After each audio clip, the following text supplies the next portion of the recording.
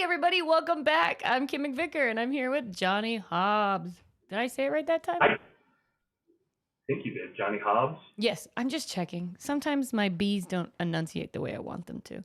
Right. Yeah, and it makes me upset. So, you, I would say, are, and this is my idea, is you're a tap person, right? That's your main style of dance? Yes, as far as dance, tap dancing. Yeah, that's it. Yes, flat ball change. It's my favorite. I'm Mhm. so excited. So, did you start out dancing at a young age, or did you get into it later in life? I ended up tap dancing. Like I took a class when I was like 8 or 7 or something like that, but it wasn't anything serious. It was, just sort of a class that my mom or my parents put me in. But I have been moving my body my entire life. My mom is a dancer and a choreographer, and a teacher. So at the Performing Arts Center where she taught, I was a student, an acting student, but we had to take movement class, African dance class. We had to. So I've always been doing some kind of dance related. And then when I was 15, I saw Bring the Noise, Bring the Funk, the off Broadway show, or not off Broadway. Sorry, I saw the tour of the Broadway show, and that's when my best friend and I started tap dancing. Oh, that's cool. You got to start with a friend.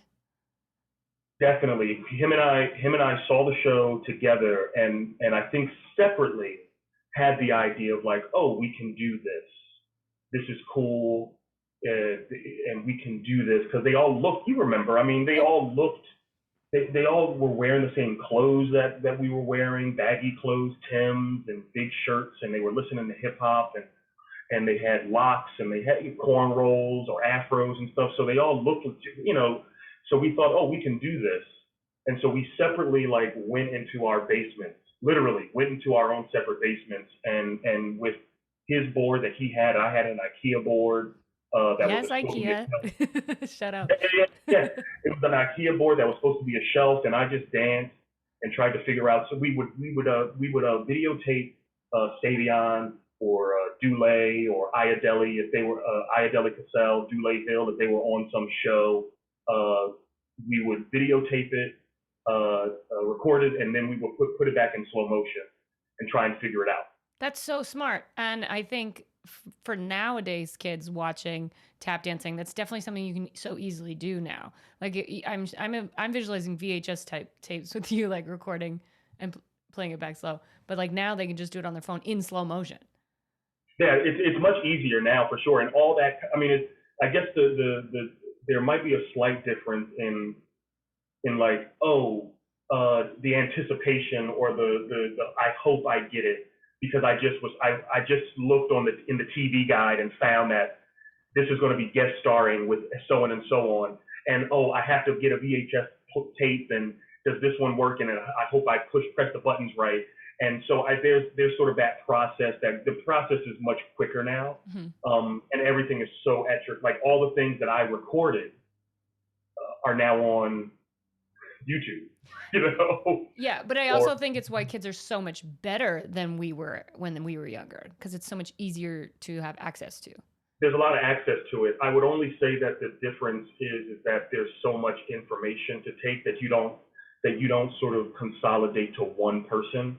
Like you're sort of like bombarded by so many different people that you there's a good thing about that, but then there's it's like going in an aisle like an aisle in Target and seeing there's so much toothpaste, but they all end up doing the same thing. But you pick one, and you might pick the one that's not the greatest, you know.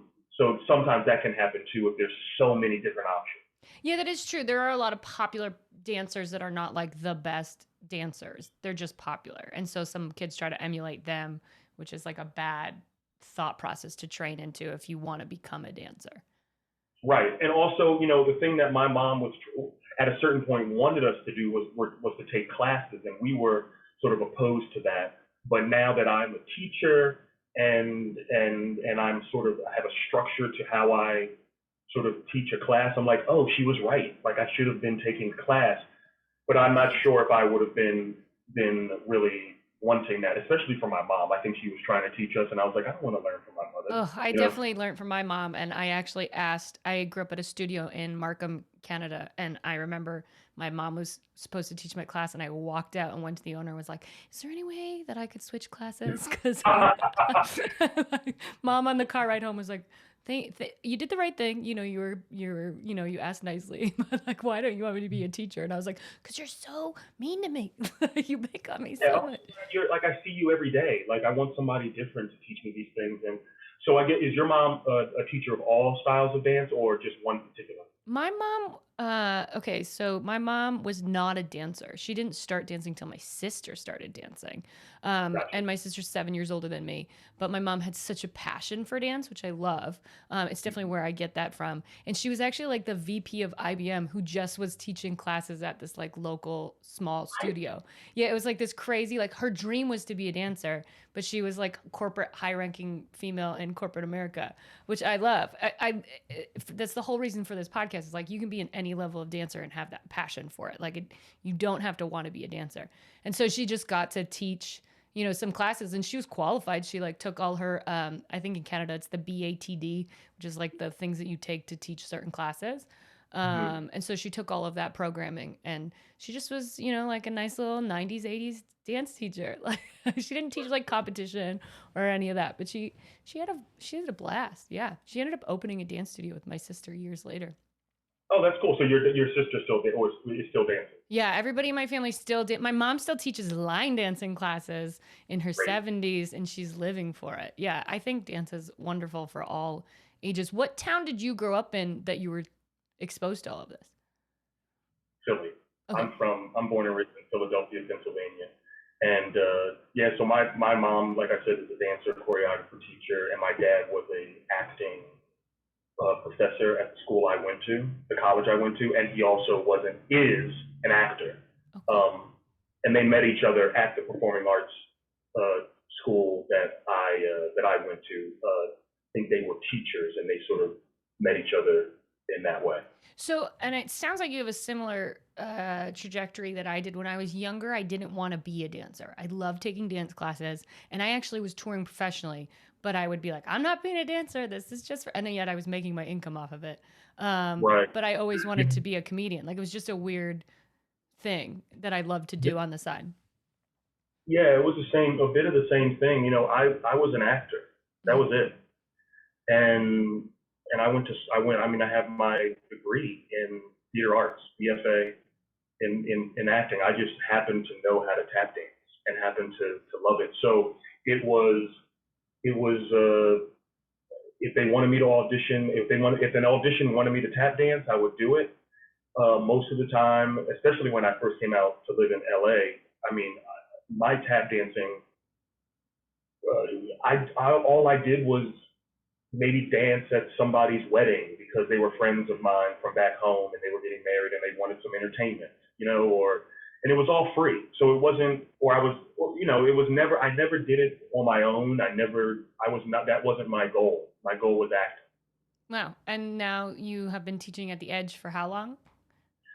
Oh, goodness. I've been teaching at the Edge. I started as a sub, because that's normally how it all starts, right? So it's been 9 years or 10 years. That's great. That's super awesome. Yeah, I always found it very interesting that like growing up, my teachers in normal school would be like, "What do you want to be when you grow up?" And I'd be like, "Comedy, ha ha ha." And then they were like, "Well, what's your backup plan?" And I'd be like, "Dancer." They'd be like, "No," and I'd be like, "But that's it's a business. Both of them are businesses, It was just a weird thing that they didn't see the logic to back in the day. No, I would imagine not. And it wasn't, I specifically wanted to be a film actor. But I never ever wanted to be a tap dancer for a living. I never wanted to teach. I never wanted to, it was just something that I kind of found. And I would go to New York and take a class here, or I would go to some jam session, and I would take a class or, improv or jam with people. And that was and I looked up to all these men and women, but I never, it was never a thing. And so it's kind of weird that I do that now at Edge and all other and colleges. It's strange. Yeah, I do think that there's an element of like people who don't want to be dancers have a tendency to book more. Because it's not that you didn't put in the effort in training and learning how to do your craft. Like it's not somebody who's sitting on the couch and not working on something, but it's somebody who's in their mind not like, I want this for a career. So when you do have an audition, it's just fun, it's not stressful, versus other people are like, this is my life, I need this. And I think that that's where people who don't necessarily want to do it have a tendency to pass people sometimes. Right. And also, I mean, this, talk about this is my life, this is my career, I need this. But also there's that desperation of like, I need this for money, Mm-hmm. to pay my rent and all those things. That's the below the surface of what you just said. Sometimes it's like I need to book this, and sometimes casting directors or the choreographers or what have you can sort of smell that sometimes, and you just want to have a good time. This you just want to go into these auditions uh, and remember the reason why you enjoyed it from the beginning. You know. Yeah, and you're a great tap teacher. That's the best part. I've taken your class many times when I'm in town on the weekends, and it's like such a great class of all levels. Like, so how do you separate between teaching a beginning tap class and your older tap classes? Not older in age, Um, but the levels, man, I, I sort of start with a really. I honestly look at people's bodies mm-hmm. first before we even like when people are coming in and putting on their shoes and I say, hi, my name is, you're sort of very welcoming, but I'm not judging people. I'm sort of assessing the situation that is here because you can tell some things by how people hold and carry their bodies, Mm-hmm. and it's not about this person has more weight than this person. It's not about that. It's about, is this person locking their knees when they're just standing listening to me? Are they tense? How tall are they? Are they dragging their feet when they're walking across the floor? So you sort of begin to assess like that, and then your assumptions can be right or wrong based within the hour that you have. Oh, I was completely wrong about this person, or I was right, or whatever it is. So I sort of am assessing from the time people walk into a room in a positive way, Mm-hmm. and in a constructive way. Uh, uh, and also, I'm basing it off. Okay, well, if you're in this basic or beginner class, you probably have X, Y, and Z that you don't know. Mm-hmm. If you're in this intermediate or advanced class, you probably know X, Y, and Z. So let's go through a warm up. Hopefully. So right, hopefully, right. So let's go through a warm up so we can assess where everybody is. So I can see if there are different levels, if there are hodgepodge of places, a hodgepodge of different levels, or if it's one basic level. And so I start with sort of a base, just circle your ankle circles. You can tell a lot from the very basic things like that. Um, Which I think a and lot then of tap teachers don't even do. Like just like a basic warm up of like making sure your feet are warm. Yeah, making sure your feet are warmed up so everybody, because in at Edge there were different age brackets. There Mm-hmm. were people that were 10, sometimes they were like teenagers, they were 20, 30, up to 75. Mm-hmm.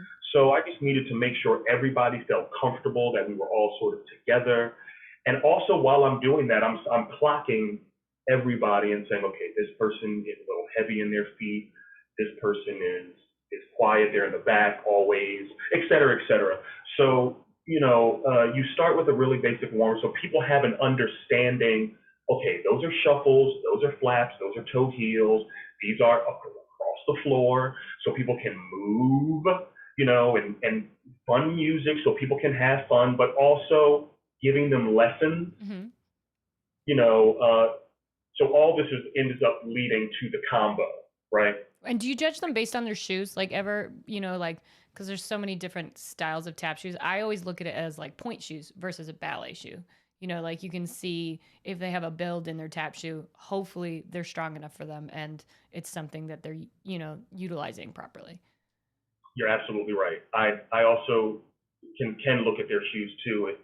If somebody comes into you know a beginner-ish intermediate class with patent leather tap shoes, that as if that look like you're maybe 8 years old, or so. Well, then I I am assessing. I'm basing off of assumption. I'm going to say that this isn't going to be the class for you, but who knows? Maybe you just have old shoes and you need to get new ones. You know, um, anybody that has like really fancy looking tap shoes that are in any class, like they're fancy, I I immediately am suspect if they're going to do it. That's so funny. I am like if they're hot pink tap shoes with Okay. like flames on the side and like ripples in the seam, and all these things. I'm like, is this just for show, or do you actually does your dancing back up the fact that you have these type of tap shoes? Yeah, you got that flair on, but you know that they love tap, or they're just super wealthy. But it's one or the other.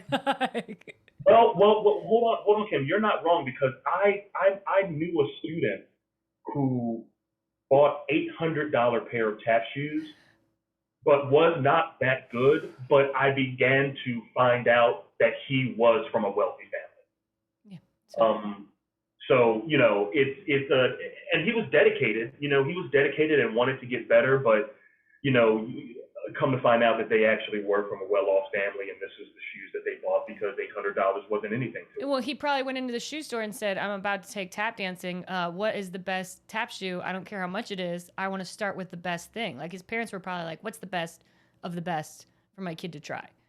They're also like those $800 shoes are not necessarily quote unquote the best of the best. You know, it is. I guess on average, like if you're trying to be a serious tap dancer and you want to take it seriously, whether it's rhythm tap or whether it's a different style of tap, doesn't matter. If you want to start with Capezio tap shoes. Okay. Like I think those are the best kind to sort of start with. And then the next ones right after that are blocks.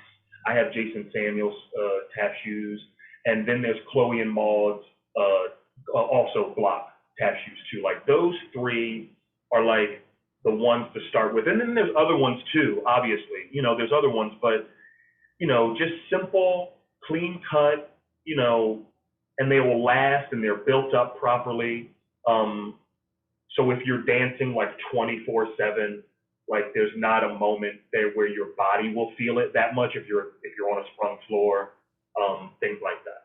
Very, very cool. So I also have a Patreon page attached to this where people know who I'm going to meet, and then they ask me questions to ask you. So I have a few Okay. questions from random people around the world. One of Oh, them, it's really cool that whoever wants to ask questions gets to. I love that.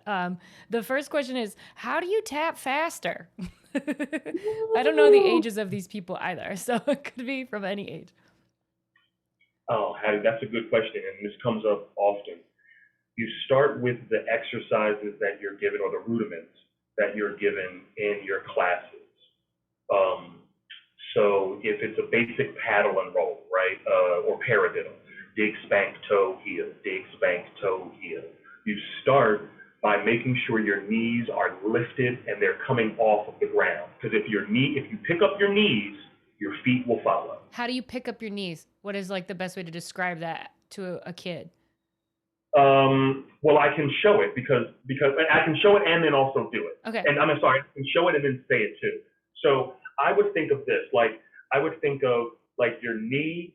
Like imagine Pinocchio, Hmm. right? Love him. Great.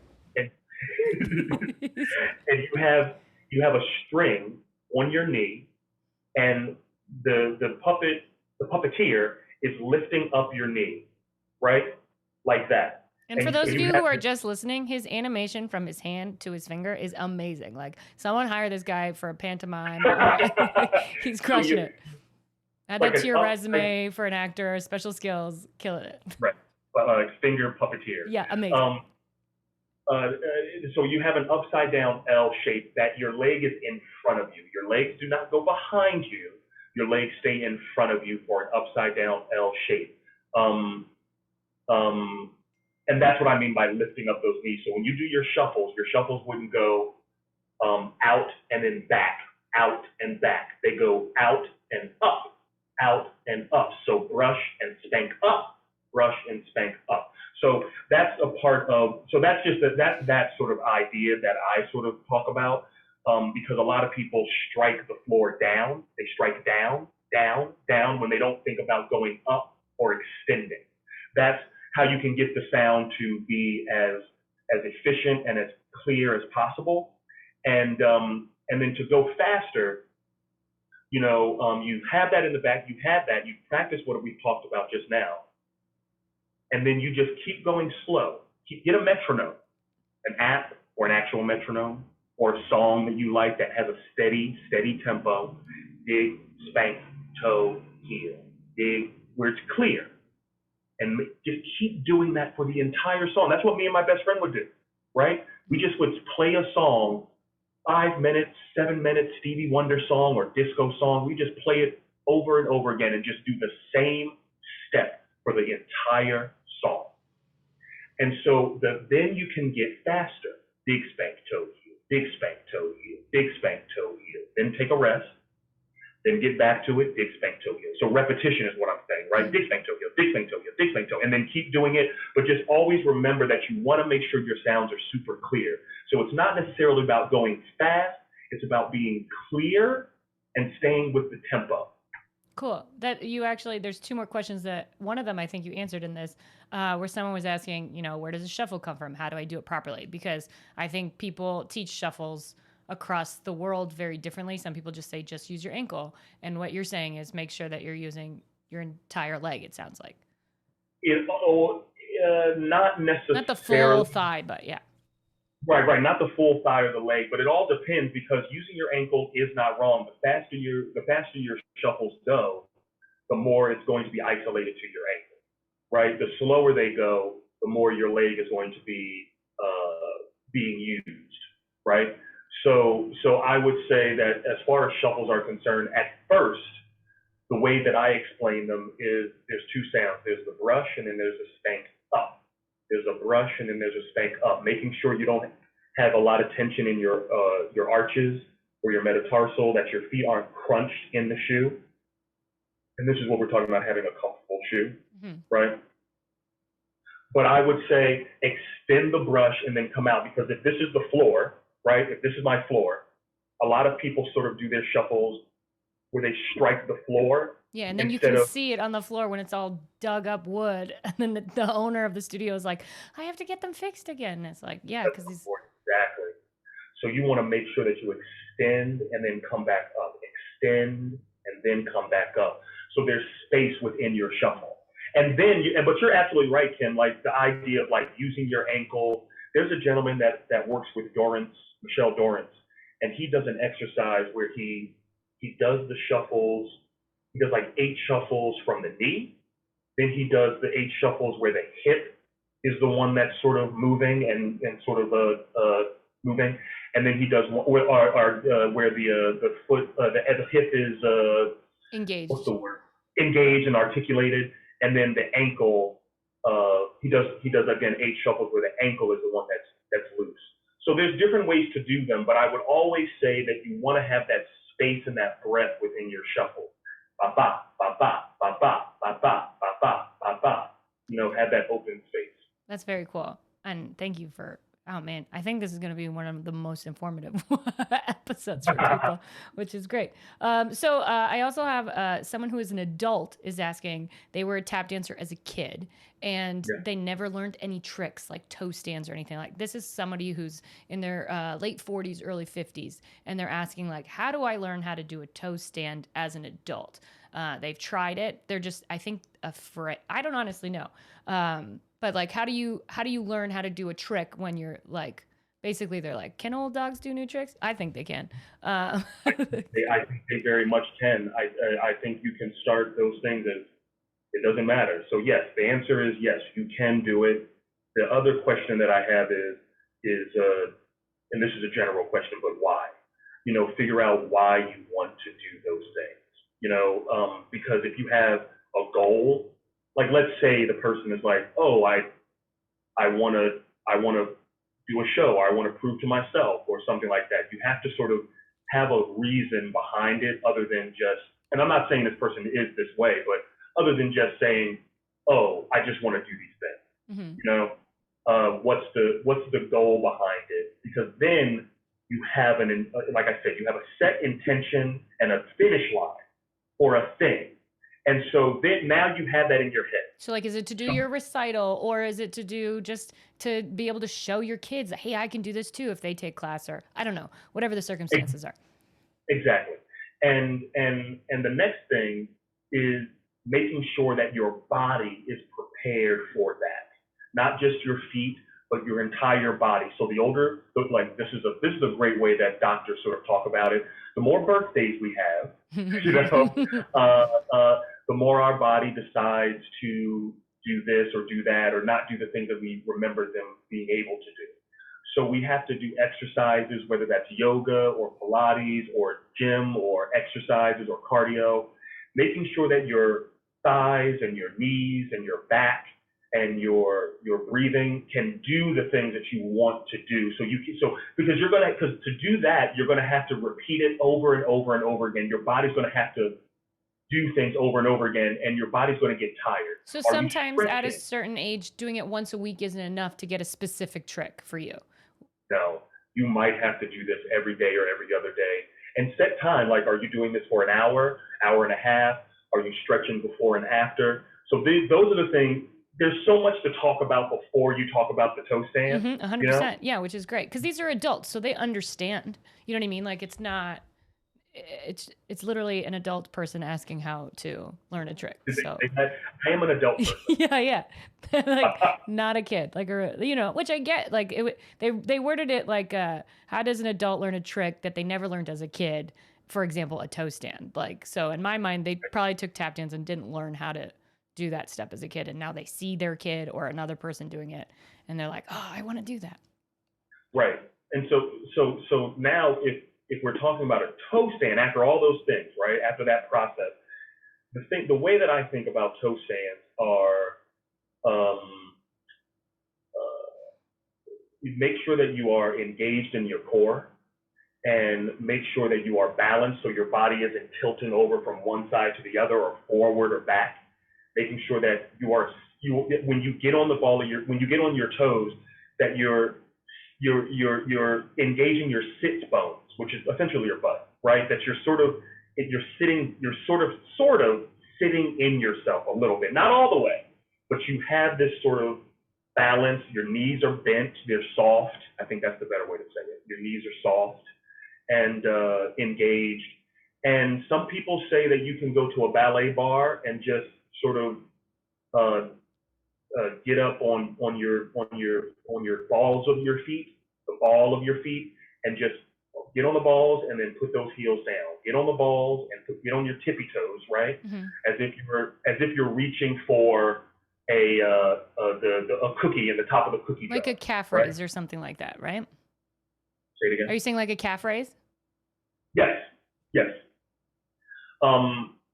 And then from there, just try and raise up and stay on the bar.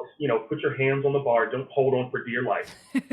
But just sort of like hold on, and then just go up, sit in yourself, and then put them back down, and just try and figure out what the process is. And then once you feel comfortable with that, keep your hands on the bar, but just touch them with the tips of your fingers. Just touch them. Just hold on to that energy that you won't fall. And then over time, again, this isn't something that's going to come right away. It's a process. And then if you do have a child, ask your kid's teacher. Yeah, why not? Yeah, exactly. That's what I would say. But other people might have different ways of going about it. But that's the way that I can think about it at the moment.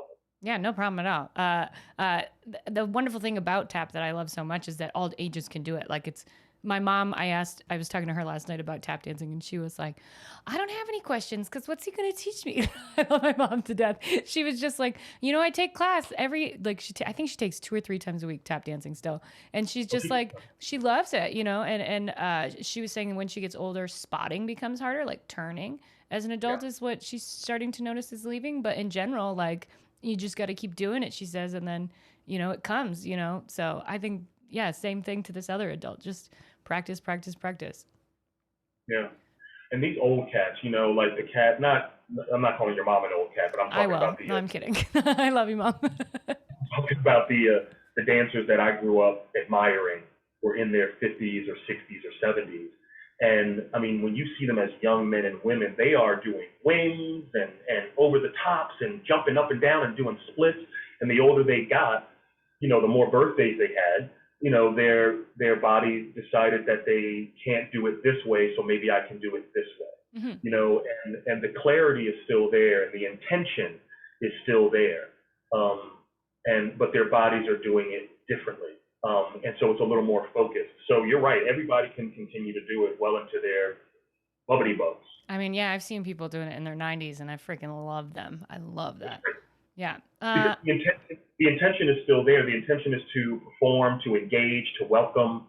The intent is to, like I talked about, if you have intention behind what you're doing, it will be a little easier to get to the finish line.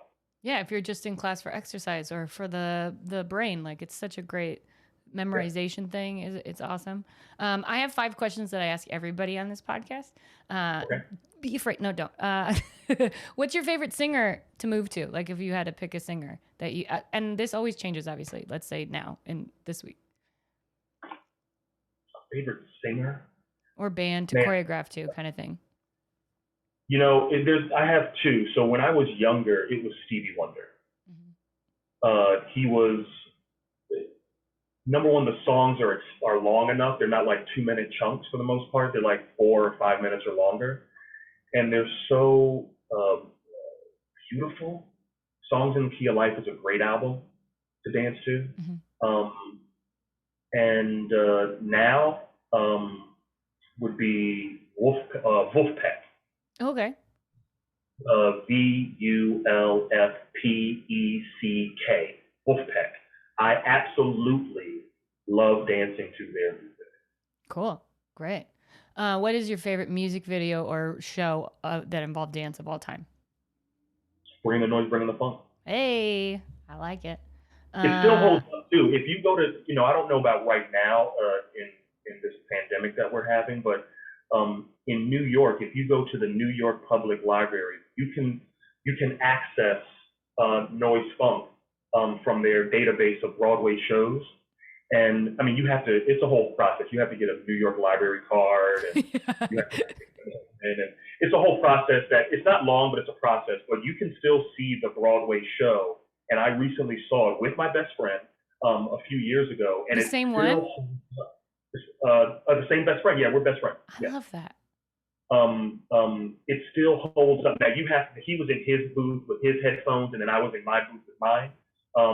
But the show still holds up from 95, 96 to 2019 or 18 when I saw it. It still is there's nothing dated about it. That's awesome. I love the idea of both of you just like peeking over the, I don't know, whatever the barrier is and lifting your heads out and being like, did you that's amazing.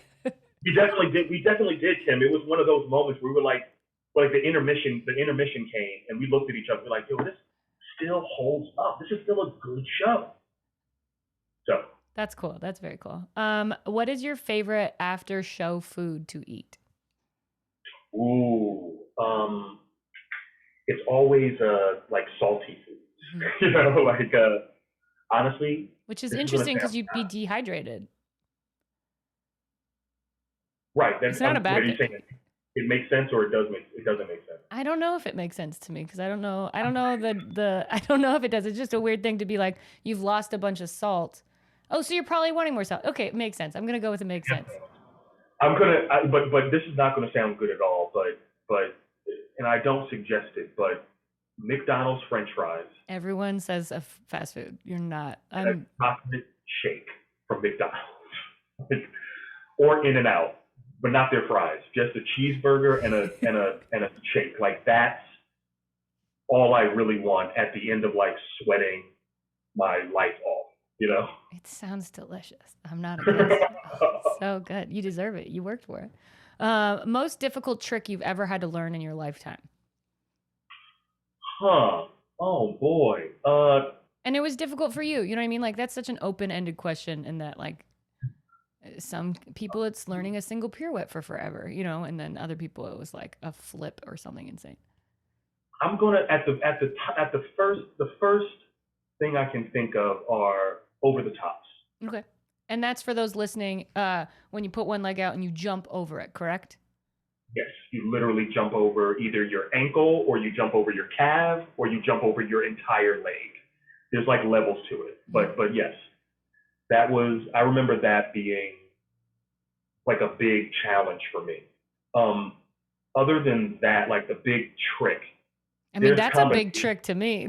Like jumping over your leg they used to do that in such great black and white shows. That was like a dance step that I saw back in the day The a lot. Condos brothers did that a lot, and the Nicholas brothers did it, and Tip Tap and Toe, which was a trio of three men. A trio of three men. Well, that's redundant, That but a sounds trio. like a great like video or documentary. A trio of three men. I would watch that. Oh, well, thank you. I'll get right on it. But yeah, I think that it's to think of it right now at the moment, over the tops. Very cool. And then if you had to have another job outside of the entertainment business, had to, what would it be? Outside of the entertainment business. Yeah, couldn't be a director or a dancer, because I know that's also what you do, and we'll talk about that too. Uh, uh, uh, you know what? Could I pick a historian?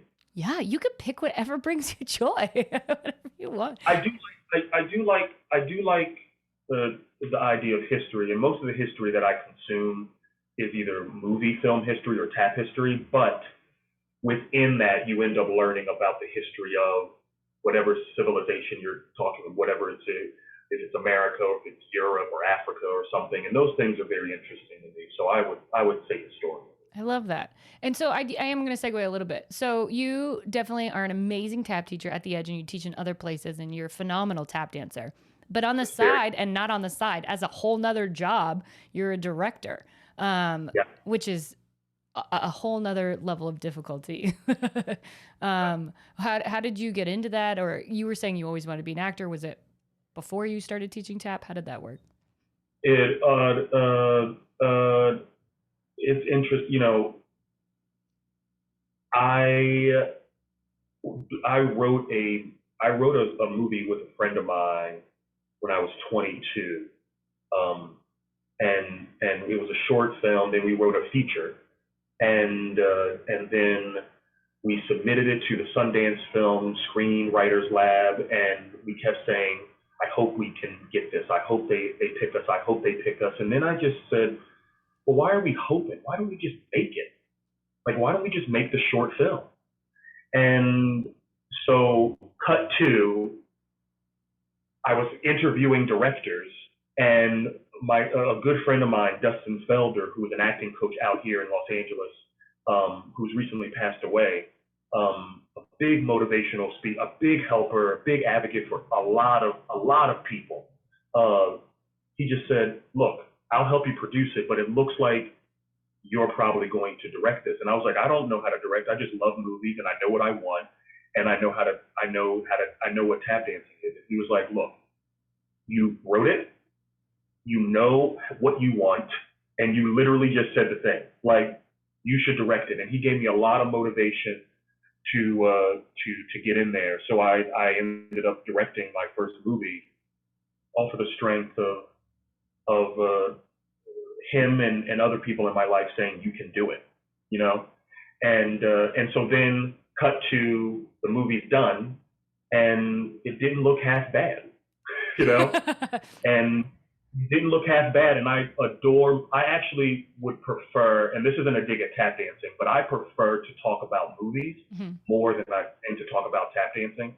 And so I thought, well, this acting thing doesn't really seem to be working out the way that I wanted it to.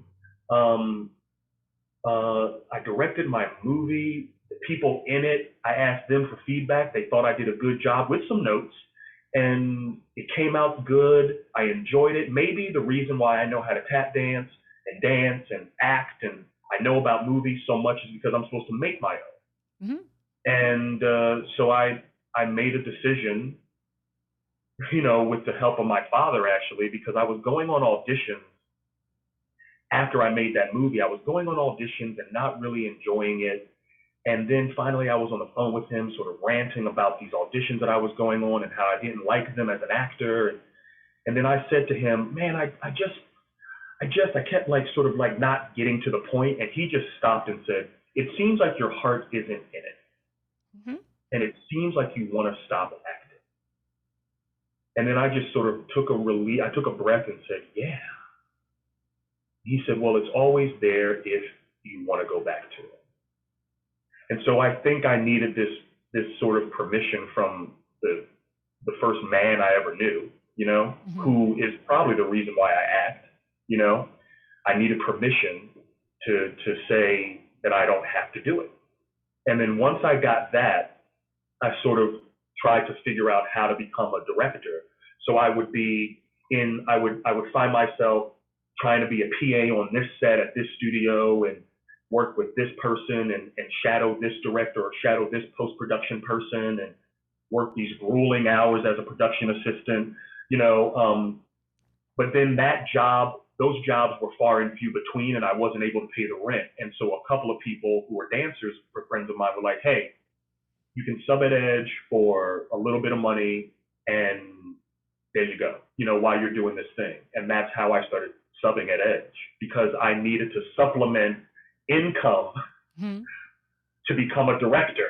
But I think that they both make sense together too, because like one, I totally understand, and not that you had so much amazing stuff to say about tap dancing, but like I understand with dancing, it's a feel.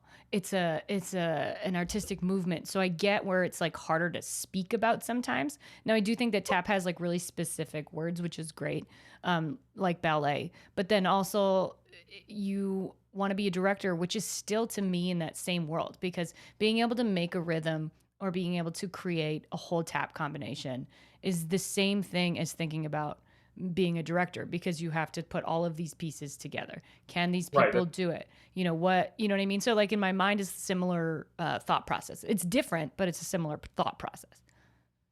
Somebody asked me this years ago. They said, "Oh, what is the connection between tap dancing and teaching and making a movie?" And at the time, I was like, "Oh, nothing." I was like, "Oh no, they're different. There's no connection." And of course, like looking back at it now, I'm like, "You idiot! They're definitely connected. There's processes, and in directing, there's composition.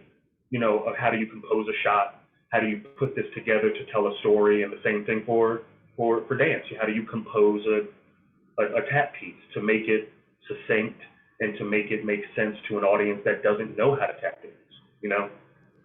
Have you or So would you ever do a tap movie, like direct one? the first movie that I directed is a tap sub. Oh, cool. It's a narrative and my father is in it, and Dule Hill from Psych is in it, and The West Wing, and the whole well-known actor, and Jason Samuel Smith is in it. Oh man, you crushed that.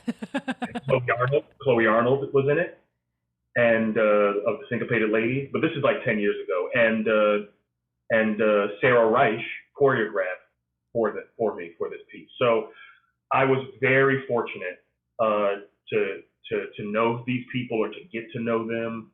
So it's a narrative, but it is a movie about tap dancers, and that is the feature that I still want to make.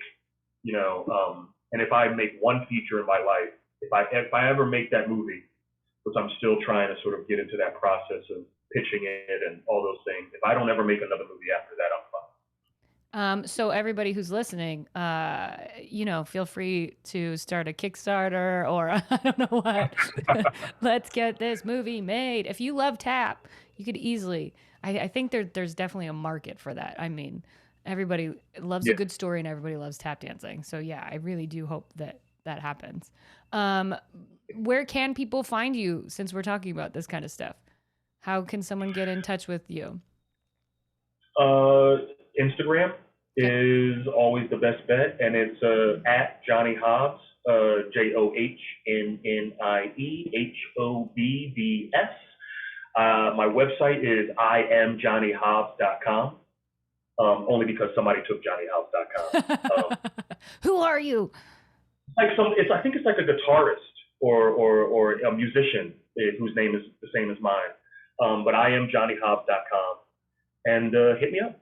Yeah, and you teach classes as well, tap. So those who do want to take a tap class from you, you teach on Zoom, correct? Right now. I teach on Zoom at the moment. Yeah, during this whole malarkey. How is that? What is okay? Teaching so tap on Zoom. What a nightmare, right? Because like sounds wise, it's got to be like the delay in hearing it. It was a nightmare at first, but I think you get used to things, you know, and it's a process. I think you sort of learn over time.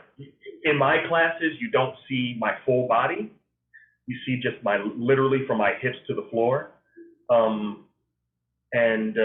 I tried to do bigger, but I tried to do my full body, but people ended up losing the intricacies of the steps. So it's been trying, but we've gotten through it. And I think the most important thing that I realized is that when I started doing the Zoom classes, I didn't like them, but people got a lot out of it because they were being active and they were part of something. So I continued to do them because people felt something, for that hour. They felt something. They weren't just being lazy, or they weren't just not doing anything. So I kept doing it for that reason. But I think people are ready to get back. Yeah, for sure. Well, and some states are back. You're in California, so dance classes are not fully back yet here. But the wonderful thing about Zoom as well, because there are a bunch of listeners all over the world that listen to this one, so they could jump in on your class if it's still on Zoom for a little bit. Please, yes. I teach it every weekend. Look on my Instagram, and you can see what times they are. Change the time for your time zone. Mm-hmm. But yeah, I mean, I try and have as much fun as I possibly can, and we keep it active. And you'll see my face in the beginning, and I'll chime in and say, hello, you guys good? And then I'll come back and do the thing. So it's an hour long, and it's pretty inexpensive, especially because everybody's sort of going through. Sometimes I do them for free. A couple of times I'll just do a class for free just because hey, look, everybody wants to be a part of this. So come on in. And if you're in a small town and you're a studio owner and you want to see some other styles of tap or learn a different rhythm, definitely check out his classes. I love your rhythms. They're hard, at least to me, which when my brain doesn't get it, I'm like, I'm in. Let's do this together. Right. And then I'd have a tendency, when I used to take your class, this is pre-pandemic, it would video, like, because you'd pick like 2 or 3. There's some younger kids that pop in sometimes, and I would just video it and do the slow-mo thing that you said in the beginning and watch it back later and be like, okay, I can get this now. Process. Yeah, you gotta figure out what that process is for you. Slow motion, or is it counting, or is it repetition? What is it? What is your process? How are you putting the puzzle together for you? Yeah.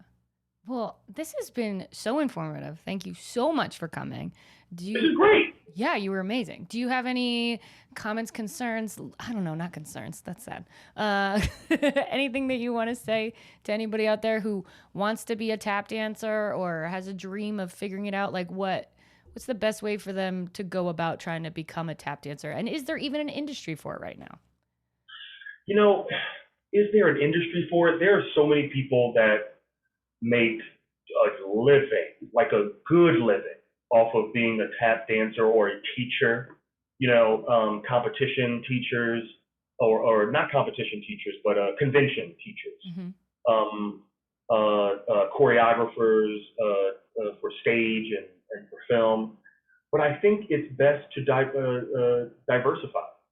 Is that the word? Yeah. Did I say that right? No, you did. Yeah. Yeah. Just have different ways, because the truth of the matter is that I'm not just a tap teacher. I do a lot of different things because they bring me joy, but also because tap dancing wouldn't necessarily bring me in the money that I need to necessarily live in Los Angeles. Oh, yeah. Sometimes it does and sometimes it doesn't. So, those people that are the big, hot, awesome convention tap dance teachers, and the people who are doing the things that we talked, that I just said. Not everybody's going to be doing those things. Mm-hmm. So you want to work towards that, but always have another avenue of love and income. But as far as tap dancing is concerned, I can't stress this enough. Get into a class, pick up a book about tap dancing and its history. Go on YouTube and look at footage of older tap dancers that are dead or older, so you can get an idea of because nothing is new under the sun. And I would say have fun, be honest with yourself, be honest with your sounds. Do you sound like doo-doo? Or do you not?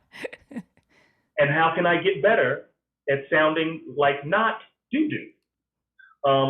Words to live by, everybody. I'm going to use that. I'm going to use that in my daily life about anything. Do I even like conversations with my husband? I'm going to be like, do I sound like doo-doo? Okay. I'm going to use that in life. He's going to love that I need to do that now. Do I sound like doo-doo? That's what I'll leave it at. Okay, great. Well, thank you again so much for joining us, everybody. Johnnie, again, you can catch him on his Instagram or his website, and I'll put that in the link so you don't have to remember it. But I'll see you all again next Friday. Thank you. Bye. Bye.